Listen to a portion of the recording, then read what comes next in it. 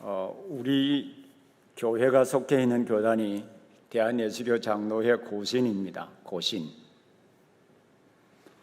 우리나라에서 가장 많은 장로교 교단 중에 이 고신이라고 하는 우리 교단교회를 설립한 분들은 우리 한상동 목사님, 주남선 목사님, 손양은 목사님, 우리 조수옥 권사님 등입니다. 이분들 가운데 한상동 목사님과 주남선 목사님이 우리 교단의 목회자를 양성하는 고신대학교와 우리 고려신학대학원의 전신인 고려신학교를 세웠습니다. 이 학교 초창기에 1세대 신학자가 박윤선 박사님이셨고 제2세대 신학자가 홍반식 교수님, 오병세 교수님, 이원삼 교수님이셨습니다. 이 2세대 신학자 세 분을 가리켜서 오랫동안 우리 교단교회에서 동방박사라고, 그 당시에 박사 학위를 받은 사람이 매우 희귀했던 시대에 이 동방박사라고 이 세 분을 가리켜 불렀습니다. 이 세 분 다 저의 스승이기도 합니다. 지금은 우리가 다 함께 소망하고 있는 성도의 본향에서 쉬고 또 우리와 만날 날을 기다리고 계실 것입니다. 이 세 분 가운데 이건삼 박사님이 화란의 자유대학교에서 일본의 신사참배에 대해 박사학위 논문을 쓰셨습니다. 그 논문에 일본이 3.1운동 이후에 기독교를 심하고도 교활하게 핍박하기 시작하면서 우리 신사참배를 교회에 강요할 때 한상동 주남선 목사님, 손양은 주기철 목사님 등과 한국교회 성도들이 감옥에 갇혀서 숱한 고난을 받았음에도 불구하고 이겨낼 수 있었던 힘이 무엇인가? 그 힘의 원천을 그 논문 맨 마지막 부분에 쓰고 있습니다. 그 힘의 원천이 무엇일까요? 이근삼 박사님 논문의 결론 부분 앞장에 보면 그 숱한 고문 가운데서도 이겨낼 수 있던 원천과 힘은 성도의 궁극적인 소망인 하늘 본향을 바라보았기 때문이다라고 썼습니다. 우리는 히브리서 11장 1절을 우리 함께 연구하면서 히브리서 저자가 믿음에 대해서 정의를 하기를 믿음은 바라는 것들의 실상이요 보이지 않는 것들의 증거니라고 정의한 내용을 여러 차례 설명한 바가 있습니다. 여기에 믿음의 네 가지 특징이 나타나고 있다고 했죠. 믿음은 바라는 것, 그리고 보이지 않습니다. 그리고 실상, 증거라고 했는데 믿음은 우리가 바라고 소망하는 것입니다. 그러나 믿음은 보이지 않습니다. 우리가 바라고 소망하는 것은 언제 어떻게 이루실 것인지를 몰라서 갈등하고 때로는 시험에 빠지기도 합니다. 그러나 실상, 믿음의 특징 가운데 하나인 실상은 하나님께서 우리가 믿을 수 있는 근거를 주시는 것이고, 증거는 하나님께서 우리를 그 말씀을 믿어질 수 있도록 이해시키고 설득해 주시는 하나님의 은혜라고 했습니다. 하나님의 설득 방법도 설명한 적이 있는데 다시 한번 더 확인해 보면 좋겠습니다. 하나님이 어떻게 설득하실까요? 히브리서 2장 3절 4절 말씀을 보기를 바랍니다. 히브리서 앞에 2장 3절 4절 말씀.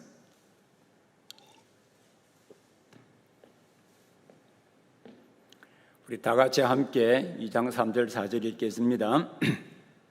우리가 이같이 큰 구원을 등한히 여기면 어찌 그 보응을 피하리요? 구원은 처음에 주로 말씀하신 바요 들은 자들이 우리에게 확정한 바니 하나님도 표적들과 기사들과 여러 가지 능력과 및 자기의 뜻을 따라 성령이 나누어 주신 것으로서 그들과 함께 증언하셨느니라. 하나님 말씀뿐만 아니라 그 말씀의 확실함을 증명해 주시기 위하여 하나님께서도 표적들과 기사들과 여러 가지 능력과 자기의 뜻을 따라 성령이 나누어 주신 것들을 우리에게 공급해 주심으로 우리의 믿음의 확실함을 설득해 주셨다고 하셨습니다. 이 하나님의 설득 방법입니다. 이 개념을 기본으로 믿음은 우리 성도가 바라는 것들에 대해 하나님께서 믿을 수 있는 근거를 주시고, 비록 그것을 보지 못한다 할지라도 하나님이 성령을 통하여 믿어지게 하시고 다양한 표적과 기사를 통하여 설득해 주시는 하나님의 은혜라고 여러 차례 설명한 바가 있습니다. 히브리서 저자는 이 믿음의 정의를 예정하기 위해서, 예를 들어서 증명해 주기 위해서 히브리서 11장에서 아벨부터 에녹, 노아, 아브라함, 사라 등의 사람들을 통해서 믿음의 예를 들어서 설명해 주고 있습니다. 지난 시간에 살펴본 사라의 믿음의 특징에서도 우리가 함께 공부한 바가 있습니다마는, 그에게 자식을 주신다는 약속을 받아서나 25년이 지날 때까지도 주시지 않았습니다. 그래서 사라는 갈등하며 살았고, 그의 나이 90세, 내년 이맘때에 아들을 주신다고 하셨음에도 불구하고 그때 하나님을 비웃었습니다. 그리고 약속을 받은 지 10년이 지났을 때도 그의 요종 하갈을 통하여 자식을 얻으려고 했습니다마는 도리어 큰 상처만 남게 되었습니다. 사라의 믿음의 여정에 갈등이 있었다는 것을 창세기의 저자인 모세가 이 두 가지 사건만 기록했습니다마는, 약속을 받은 이후 25년간 얼마나 많은 갈등과 회의가 있었겠습니까? 그러나 하나님은 그 약속이 성취되기까지 사라를 붙들어 주셔서 그에게 약속하신 대로 아들 이삭을 주셨습니다. 왜냐하면 하나님은 사라를 선택해 주셨고 그를 통하여 그리스도를 보내시겠다고 약속하셨기 때문입니다. 우리 성도는 모두 다 약속을 받은 자로 돼 그 약속이 성취되기를 기다리는 사람들입니다. 그 약속 가운데 어떤 것은 이 세상에서도 경험될 수 있는 것입니다. 예를 들면 하나님이 우리와 함께 계셔서 우리의 문제를 도와주신다든지, 또는 우리의 기도를 들어주시고 응답해 주신다는 약속입니다. 이러한 것들은 모두 하나님께서 말씀하신 것들입니다. 우리는 이 세상에 살면서 하나님께서 말씀하신 것이 성취됨으로 말미암아 부분적으로 경험하며 삽니다. 이러한 것들은 믿음 생활에 즐거움을 줄 뿐만 아니라 아직 이루어지지 않았던 약속들까지도 믿을 수 있는 근거를 제공해 주시기도 합니다. 그러나 하나님이 약속하시는 완전한 하나님의 나라, 각종 근심과 고통이 없고 질병이 없고 우리를 아프게 만드는 갈등이 없는 나라는 우리 주님이 재림하실 때 이루어집니다. 그런데 여러분은 그 나라를 소망하며 살고 있지요. 근데 그 나라를 보신 적이 있습니까? 그 나라가 보입니까? 보이지 않습니다. 그러면 그 나라가 있는지 우리가 어떻게 알 수 있습니까? 오늘 우리가 함께 연구할 믿음의 특징은 우리 믿음의 조상들이 멀리서 바라보았던 나라, 우리 믿음의 최종 목적지인 완전한 하나님 나라에 대한 것입니다. 우리가 주일마다 주기도문을 암송하면서 나라가 임하옵시며 라고 반복적으로 기도합니다. 나라가 임하옵시며 라고 하는 이 기도는 그리스도가 오심으로 시작된 그 나라, 그리스도가 재림하심으로 완성될 나라가 이 땅에 임하기를 원합니다라는 기도 내용입니다. 혹시 이 의미를 알고 주기도문을 하셨는지요? 이 나라를 가리켜서 본향이라고 했고 하나님이 예비하신 성이라고 했습니다. 이 성을 성이라고 번역했습니다만 헬라어로는 폴리스, 도시입니다. 도시. 우리는 이 세상에 살면서 세상의 바쁜 일들로 말미암아 이 나라를 잊어버리고 살 때가 많이 있습니다. 마치 이 세상이 전부인 것처럼 생각하고 세상에 안주하려고 합니다. 하지만 세상은 우리가 완전한 하나님 나라로 가는 한 과정일 뿐입니다. 이 세상에 지금 100세 시대라고 합니다만 아무리 오래 살아도 100세 이상은 살지 못합니다. 이 세상에 사는 이 100세가 전부라고 한다면 오늘 이 자리에 앉아서 신앙생활하는 의미는 어디에 있겠습니까?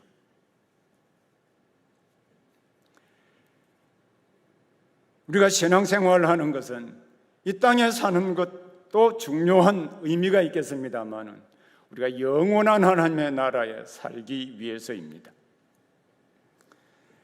그렇다고 해서 이 세상의 생활이 아무런 의미가 없다고 하는 말은 결코 아닙니다.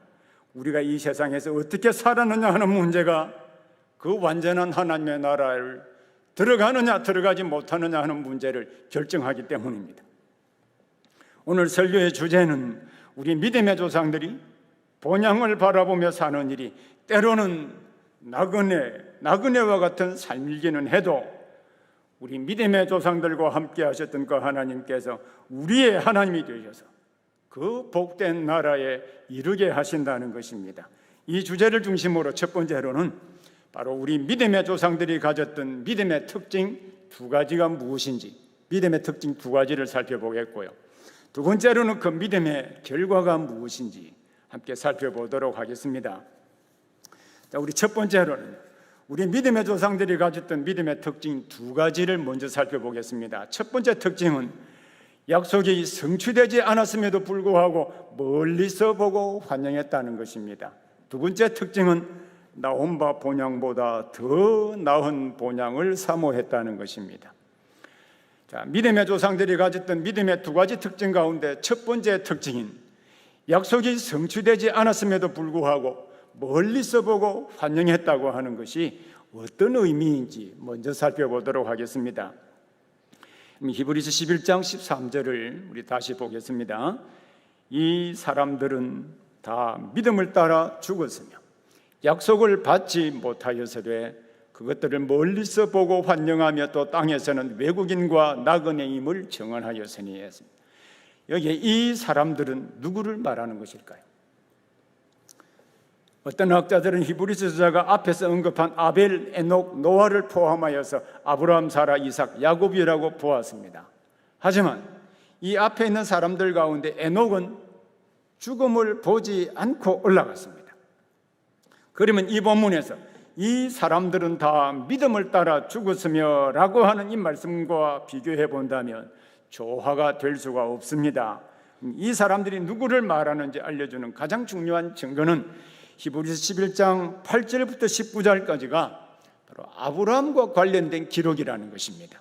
그래서 이 사람은 아브라함과 사라와 이삭과 야곱을 말합니다. 이들은 모두 믿음을 따라 죽었다.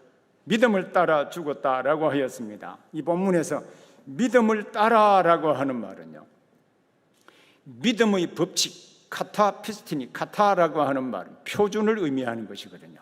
믿음의 법칙을 따라, 믿음의 표준에 따라라는 뜻입니다. 이것은 믿음이 그들의 삶의 규칙이 되었다고 하는 것을 의미하는데, 이것은 이 세상에서 믿음으로 살다가 죽었다는 뜻입니다. 그래서 NIV 영어 성경 같은 데서는 이 의미를 잘 살려서 이렇게 의역했습니다.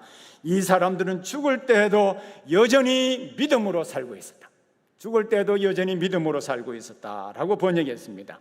이 사람들은 그들의 삶이 온통 하나님이 약속하신 그 말씀에 붙잡혀서 믿음의 표준에 따라서 살았다는 뜻입니다. 그러면 이들이 어떤 상황에서 믿음의 표준을 따라 살았을까요?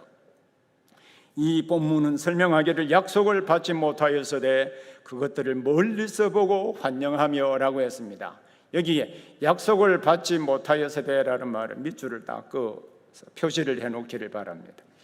우리는 이미 아브라함과 사라의 믿음을 연구하면서 그들은 하나님으로부터 약속을 받았고 그 약속이 성취되기를 바라며 살았던 사실을 여러 차례 반복하며 살펴본 바가 있습니다. 그들이 받은 약속은 자손에 대한 약속과 땅에 대한 약속과 그리고 복을 주셔서 천하 만민이 그를 통하여서 복을 받게 하시겠다는 약속이었습니다. 그럼 약속을 받았습니까? 안 받았습니까? 받았습니까? 안 받았습니까? 받았잖아요. 그들은 약속을 받았습니다. 그런데 우리 개역 개정판 성경에는 약속을 받지 못하여서되라고 번역했습니다. 이것은 잘못된 번역이죠. 2절의 의미를 바르게 번역하면 약속받은 것들을 받지 못했다고 할지라도, 약속받은 것들을 받지 못했다고 할지라도, NIV 영어 번역 성경에는 약속된 것을 받지 못했어도, 하나님이 약속하신 것이 그들이 사는 삶 가운데 성취되는 것을 보지 못했다고 할지라도 라고 해야 문맥적으로도 맞고 문법적으로도 맞습니다. 약속이 성취되는 것을 보지 못했다고 할지라도, 그들이 받은 약속들 가운데 사라를 통해서 이삭을 받았습니다. 그러나 아직 가나안 땅을 유업으로 주시겠다고 약속하신 것은 받지 못했습니다. 그리고 땅의 모든 족속들이 너로 인하여 복을 받을 것이다라고 약속한 것도 그때까지 받지 못했습니다. 이 약속은 우리가 잘 알고 있는 바와 같이 오실 그리스도에 대한 약속이기 때문입니다. 하지만 그 상황에서도 그들은 하나님께서 약속하신 것을 이루어 주실 것을 믿고 믿음으로 살았습니다. 믿음의 표준에 따라 살았습니다. 그들은 하나님이 주신 약속들이 아직 그 당시까지 성취되지 않았다 할지라도 언젠가 성취될 것을 믿음으로 바라보고 살았습니다.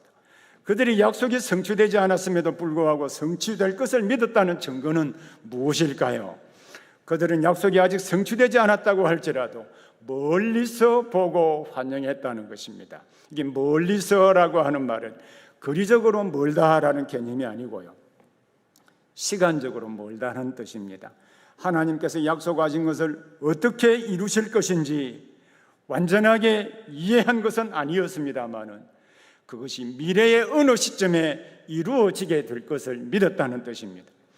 이것은 장차 이루시게 될 약속을 바라보았다는 뜻이기도 합니다. 이러한 아브라함의 믿음에 대해서 예수님께서는요, 요한복음 8장 56절에 매우 의미심장한 말씀을 하셨습니다. 여러분, 요한복음 8장 56절을 찾아보십시오. 신약성경 요한복음 8장 50. 우리 사람들의 기억은 오래가지 못하거든요. 찾아서 기억하고 줄도 긋고 외우고 기록하는 것이 참 중요한 일이죠. 자, 요한복음 8장 56절입니다. 자, 8장 56절 말씀 우리 다 함께 읽겠습니다. 너희 조상 아브라함은 나의 때에 볼 것을 즐거워하다가 보고 기뻐하였느니라. 너희 조상 아브라함은 나의 때에 볼 것을 즐거워하다가 보고 기뻐하였다. 이 말씀에서 예수님께서는 아브라함이 무엇을 바라보고 기뻐하였는지를 설명해 주고 있죠. 예수님은 아브라함이 나의 때를 바라보고 즐거워하였다고 했었는데, 여기에 나의 때는 예수님이 육신의 몸을 입으시고 세상에 오시는 때와 연관이 되어 있습니다. 그래서 아브라함이 나의 때에 볼 것을 즐거워하였다라고 하는 말씀은 장차 예수 그리스도께서 이루시는 그 구원의 때를 바라보고 즐거워하였다는 뜻입니다. 이러한 예수님의 설명에서도 볼 수 있는 것처럼 믿음의 조상들은 하나님께서 약속하신 것이 그 당시까지 성취되지 않았음에도 불구하고 하나님이 때가 되면 이루실 것을 알고 기뻐하며 살았다는 뜻입니다. 자, 그리고 믿음의 조상들이 가졌던 믿음의 두 가지 특징 가운데 두 번째 특징인 그들이 이 세상에서 외국인과 나그네로 인식하고 더 나은 본향을 사모한 믿음이 어떤 것인지 우리 함께 보도록 하겠습니다. 자, 히브리 11장 13절 하반절에 보면 또 땅에서는, 또라고 했으니까 다른 약속이겠죠. 또 땅에서는 외국인과 나그네로라 증언하였으니라고 했습니다. 여기 증언하다라고 하면 헬라어 말로 호모레고라는 말인데요, 인식하다, 인정하다, 신앙을 고백하다라는 뜻입니다. 그들은 이 세상에서 외국인이고 나그네로 인식하며 살았다는 뜻입니다. 이러한 표현은 바로 야곱이 애굽의 바로 왕 앞에서 자신의 인생 여정을 설명할 때도 이 표현을 쓴 바가 있습니다. 창세기 47장 9절을 보면요, 야곱이 바로에게 아뢰되 내 나그네 길의 세월이 130년이다. 내 나이가 얼마 못되니 우리 조상의 나그네 길의 연조에 미치지 못하니 험악한 세월을 보냈나이다 라고 했습니다. 다윗 역시도 이 세상에 사는 삶을 가리켜서 나그네 길이라고 부었습니다. 역대상 29장 15절에 보면 우리는 우리 조상들과 같이 주님 앞에서 이방 나그네와 거류민들이라. 세상에 있는 날이 그림자 같아서 희망이 없나이다 라고 말했습니다. 외국인과 나그네라고 하는 표현은 이 세상을 일시적인 장소로 보고 있다는 뜻입니다. 사도 베드로도 우리 성도들을 가리켜서 베드로전서 2장 11절에서 거류민과 나그네 같은 너희라고 불렀습니다. 그래서 이 세상에서 우리 성도의 삶이라고 하는 것은 거쳐가는 나그네와 같은 것임을 알 수가 있습니다. 그러면 아브라함을 위시한 믿음의 조상들이 이 세상에서의 삶을 가리켜서 외국인이나 나그네로 살아가는 삶으로 인식하였다고 하는 것은 여러분 무엇을 의미하는 것일까요? 히브리서 저자는 그 이유를 11장 14절에서 이렇게 말했습니다. 그들이 이같이 말하는 것은 이 땅에 살면서 외국인이요 나그네로 살았다라고 말하는 이것은 자기들이 본향 찾는 자임을 나타냅니다. 이 세상이 본향이 아니고 영원한 본향이 따로 예비되어 있는데 그 본향을 찾는 한 방식이라는 것입니다. 그들이 이 세상에서의 삶을 외국인이나 나그네로 이해한 것은 세상이 전부가 아니라고 보았기 때문입니다. 믿음의 조상들이 세상에서의 삶을 외국인이나 나그네 길로 이해했다고 해서 이 세상에서의 삶을 중요하게 생각하지 않았던 것은 절대로 아닙니다. 이들은 누구보다도 세상에서 정직하고 성실하게 살면서 세상에서 하나님의 언약 백성답게 살면서 그리스도를 증거하고 축복의 통로로 살았습니다. 그럼 창세기 18장 17절 18절 말씀은 함께 찾아보면 좋겠습니다. 창세기 18장 17절 18절 말씀입니다.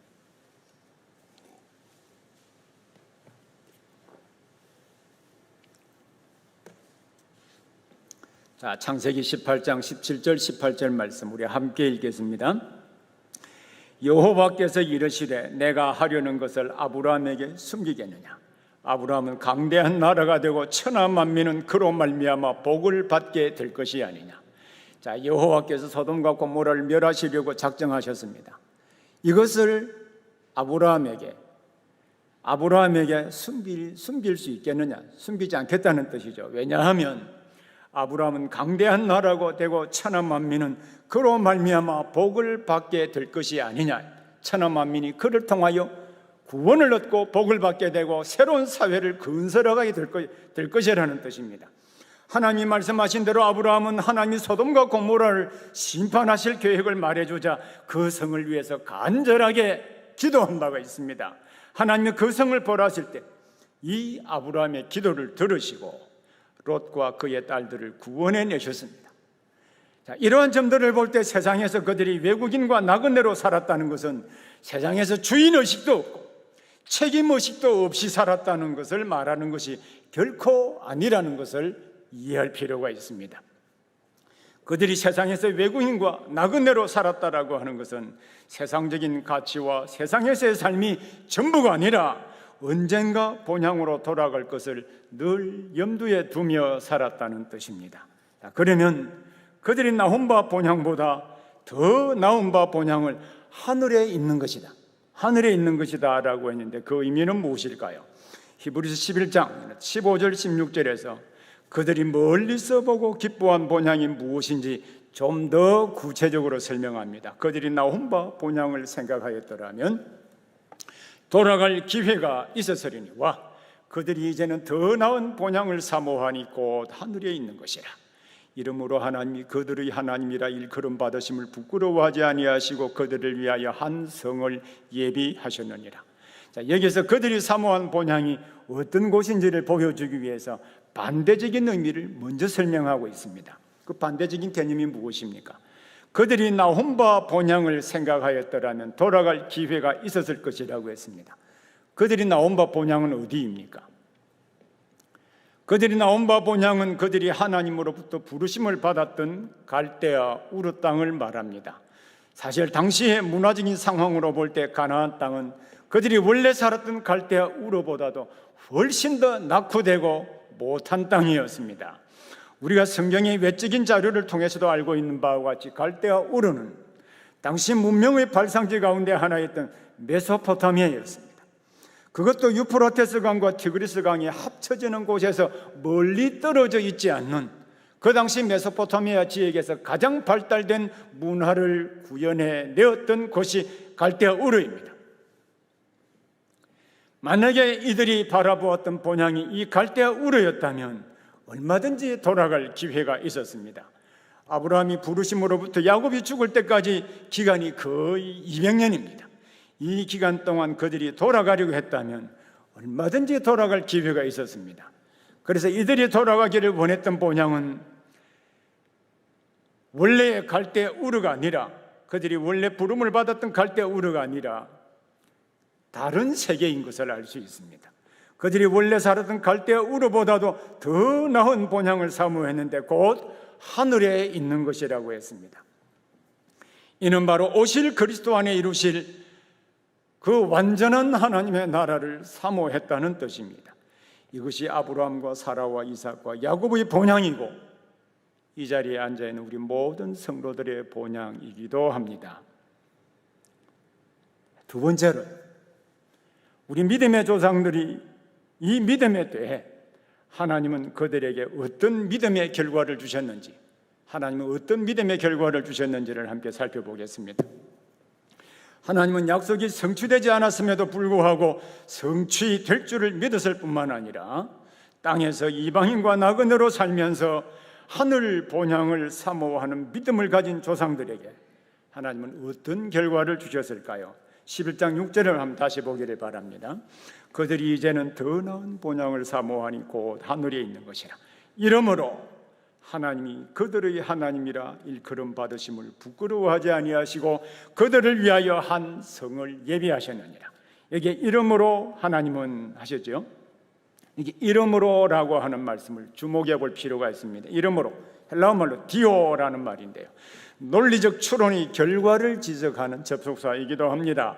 아브라함을 위시한 믿음의 조상들은 하나님의 약속이 다 성취가 되지 않았다고 할지라도 이 땅에 살면서 외국인과 나그네로 살았을 때 바로 하나님은 그들에게 두 가지 복을 주셨습니다. 하나는 하나님이 그들의 하나님이라 일컬음 받기를 부끄러워하지 않으셨다라는 것이고요, 또 하나는 그들을 위하여 한 성을 예비해 주셨다는 것입니다.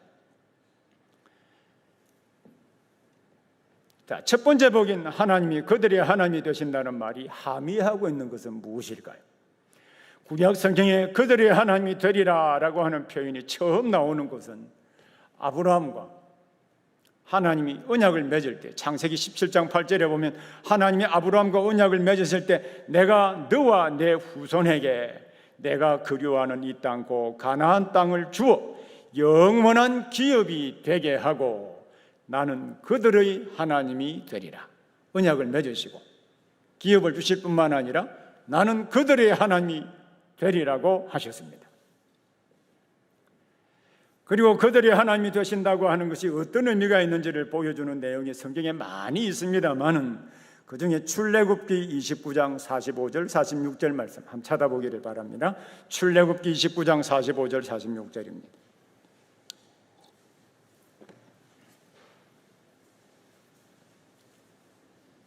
히브리서 저자가 그들의 하나님이라는 표현을 가져올 때 구약 성경에서 익히 잘 알고 있던 개념을 가지고 설명을 하고 있습니다. 자, 출애굽기 29장 45절 46절 말씀 함께 읽겠습니다. 내가 이스라엘 중에 거하여 그들의 하나님이 되리니 그들은 내가 그들의 하나님 여호와로서 그들 중에 거하려고 그들을 애굽 땅에서 인도하여 낸 줄을 알리라. 나는 그들의 하나님 여호와이니라. 그들의 하나님 여호와라는 표현이 이 본문에서만 3번 나옵니다. 그죠? 그들은 내가 그들의 하나님 여호와로서 그들 중에 거하려고 했습니다.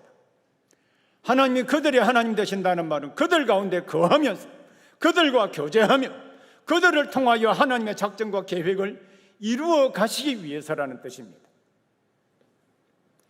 하나님이 그들의 하나님이 되신다는 것은 그들 가운데 거하여 교제하시며 항상 그들을 지키시고 보호하시며 인도하시겠다는 뜻입니다. 이 말씀대로 하나님은 아브라함과 사라와 그의 아들 이삭과 야곱과 늘 함께 하시며 그들의 산업에 복을 주실 뿐만 아니라 삶의 위기에 처할 때마다 그들의 하나님이 되어주셔서 싸워주셨습니다. 여러분에게 하나님은 어떤 분이십니까? 여러분의 하나님으로 여러분과 교제하시며 여러분의 삶과 여러분의 길을 인도하시는 분으로 믿고 있습니까? 하나님이 우리 하나님이 되신다는 것은 우리와 늘 동행하며 우리의 삶을 지키시고 인도해 가신다는 뜻입니다. 이 세상뿐만 아니라 영원히 우리 하나님이 되신다는 뜻입니다. 구약 성경에 자주 나타나는 표현 가운데 하나가 나는 아브라함과 이삭과 야곱의 하나님이다. 나는 아브라함과 이삭과 야곱의 하나님이다라는 말입니다. 히브리어 성경에는 동사가 없는 비동사문입니다. 구약 성경에서 특히 비동사문은 진리를 말할 때 비동사문을 쓰는데 헬라어에서는 이것을 현재 존재 동사이며 상태 동사인 에이미라는 동사를 썼습니다. 현재형으로 썼다는 말입니다. 만약에 아브라함과 이삭과 야곱이 죽었다면 나는 한때 아브라함의 하나님이었고 이삭의 하나님이었다라고 해야 맞습니다.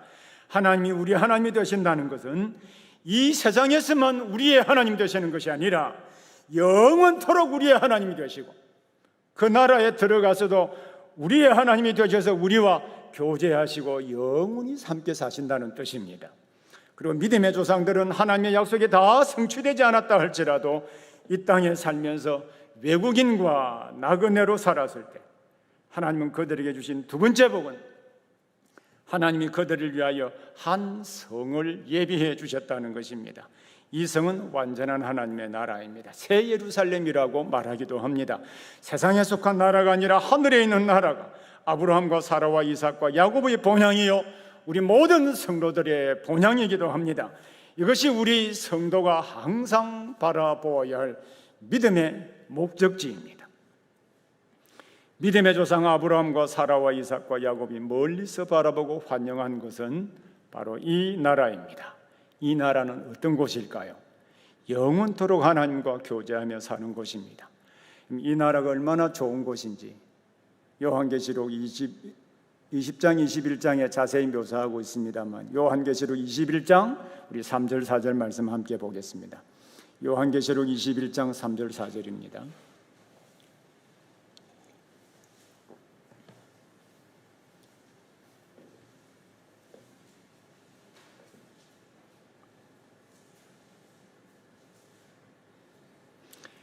요한계시록 21장 3절 4절 같이 읽겠습니다.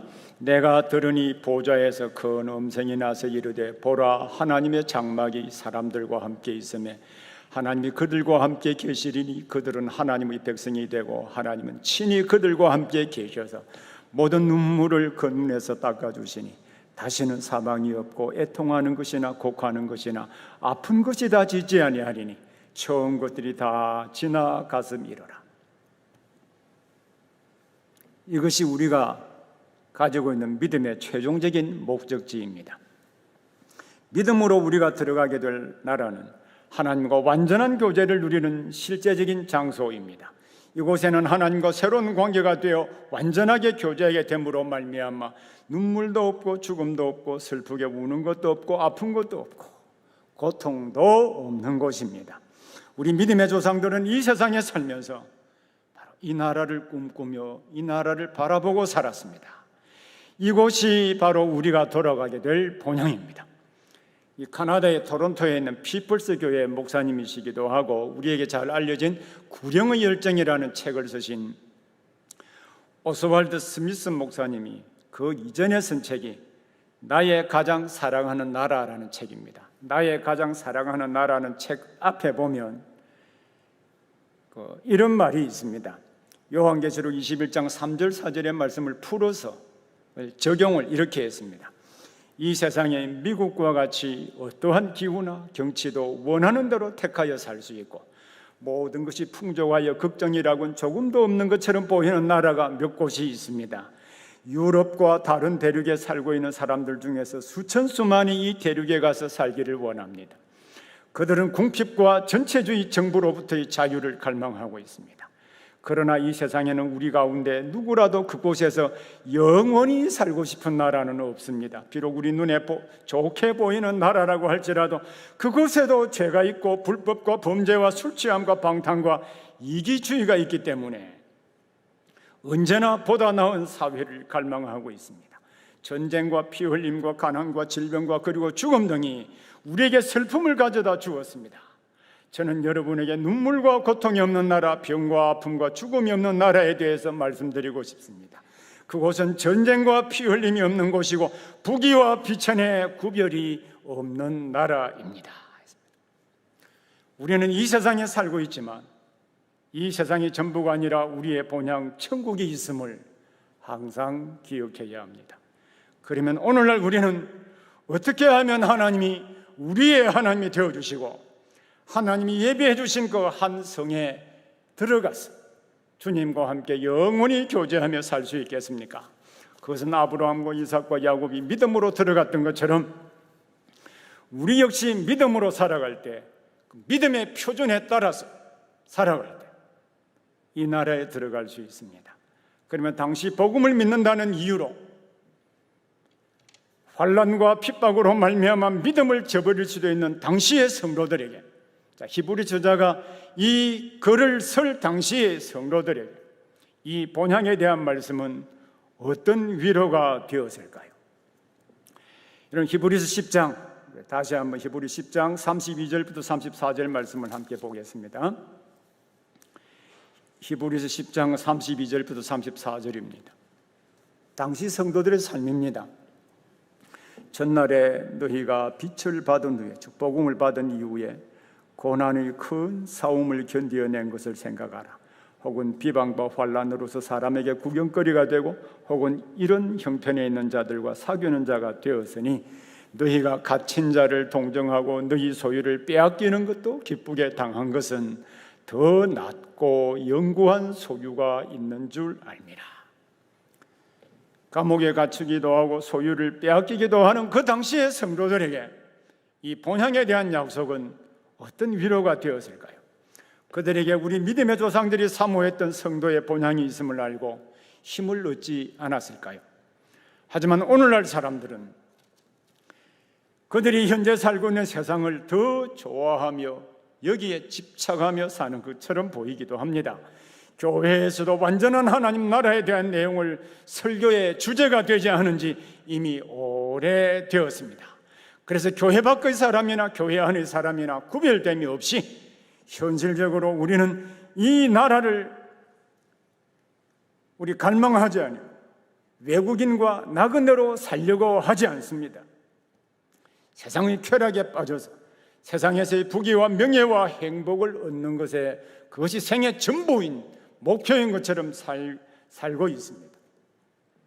믿음의 조상들은 이 본향을 바라보았기 때문에 이 세상의 삶을 영원히 거주할 터전으로 이해하지 않고 단지 거쳐가는 나그네의 길로 이해했던 것입니다. 우리 성도들은 이 본향을 목표로 삼고 살아가는 사람들이기 때문에 우리는 이 나라를 소망하고 있는 사람들이기 때문에 이 세상에서 우리가 받은 모든 은혜를 우리 자신뿐만 아니라 하나님의 나라와 이웃과 사회를 위하여 헌신하고 봉사하며 살게 되어 있는 것입니다. 이것이 본향을 사모하는 자의 삶의 방식이기 때문입니다. 이 본향을 사모하며 사는 사람은 세상과 구별되는 삶을 살 수밖에 없습니다. 아브라함이나 이삭과 야곱이 믿음의 규칙에 따라 살아갔던 것처럼 하나님의 말씀의 지배를 받으며 살게 되는 것입니다. 매튜 헬리라고 하는 유명한 성경 주석학자들은 이 본향을 목표로 삼고 사는 사람에 대해서 그의 주석책에 이렇게 설명했습니다. 그들은 하늘 본향을 목표로 삼고 사는 그 사람들은 본향을 목표로 삼고 그 본향을 사모하며 그곳에 대한 화제로 꽃을 피운다. 그리고 그 본향에 어울리는 신분을 유지하기 위하여 열심히 노력하고 기질도 또한 그 나라에 맞추려고 힘쓴다. 또한 그들은 그 나라의 언어를 사용하며 그 나라를 즐거워한다. 사랑하는 믿음의 가족 여러분, 우리 성도의 본향을 결코 잊지 않기를 바랍니다. 이 나라를 꿈꾸며 살아가기를 바랍니다. 이 나라의 백성들답게 삶의 방식을 바꾸고 언어도 바꾸기를 바랍니다. 이것이 아브라함과 이삭과 야곱이 믿음을 따라서, 즉 믿음의 표준에 따라 살았다고 하는 의미입니다. 이들이 이러한 믿음의 표준에 따라 살며 하늘 본향을 바라보며 살아갈 때 하나님이 그들의 하나님이 되어주시고 하나님이 예비해 주신 새 예루살렘 들어가게 된 것처럼 우리 역시 그러한 은혜를 받게 될 것이기 때문입니다. 한번 기도하겠습니다.